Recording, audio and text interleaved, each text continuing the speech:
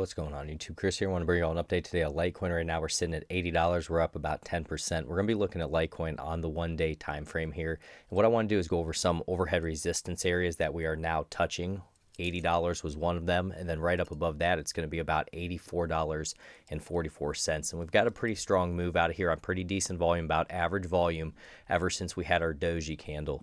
And as we talk about, guys, I always like to try to teach people things as we're doing these videos. You know, I don't want to shout at you and say Bitcoin's going to $100,000 today or Litecoin's going to make it to 1,000.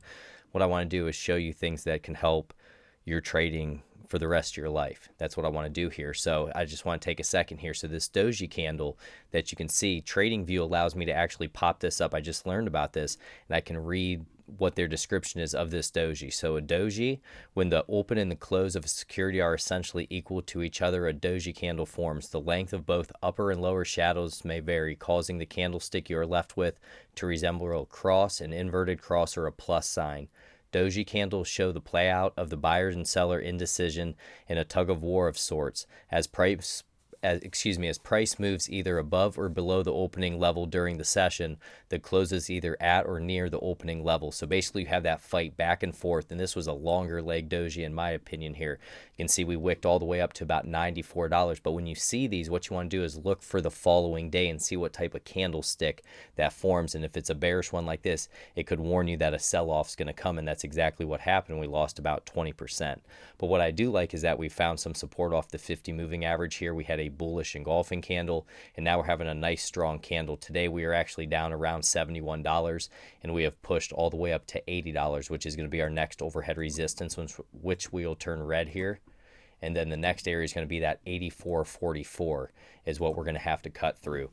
The RSI is at 58 right now. We have had our MACD cross to the downside. Histogram right now starting to turn a little bit more neutral, but we have not had a bullish cross on that. What we most likely are going to do here, guys, is pull back, and we're going to need to find some type of higher low so we can go up and make that next higher high. This is a pretty powerful candle we have.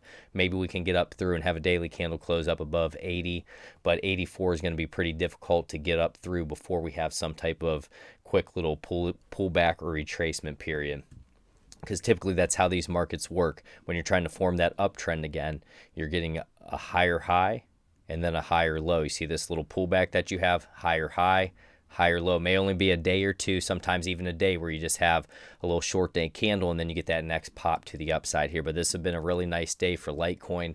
If you're a Litecoin long-term investor, not financial advice, is where you probably don't want to trade these up and downs.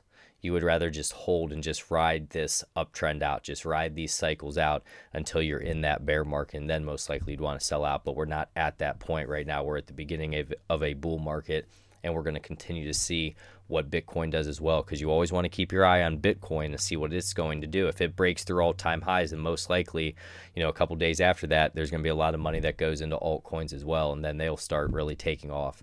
But, you know, for Litecoin to be able to get this nice strong bounce off the 50 moving average, I think that's promising. We'd want a daily candle close up above this 20 EMA. And also, guys, if you get some from these videos and you like me covering Litecoin individually like this from time to time, let me know down low. Don't forget to like, subscribe, hit that notification bell. Try to teach you as much as I can on this channel. So like we talked about here, you know, in terms of the technicals, sitting around $80. If we go down here and we get into TradingView technicals, we're going to be at 2 sell, 8 neutral, 18 buy, oscillators 1 sell, 7 neutral, and a 3 buy. Our buys are going to be our average directional index, our momentum, and our bull bear power. Our sell is going to be our MACD level, and we did talk about the MACD there. Moving average is looking strong because we're trying to get back up above, you know, this 20 EMA. If we can close up above that today, we're up above our 20, our 50, 100, and our 200, and that's a good thing for us here. And then I also wanted to go over our Fibonacci, and I wanted to go from our low up to our high. So we ended up coming down, cut through the 0.5. We didn't quite make it to the 0.618. 0.5 is very common, especially with the wicks.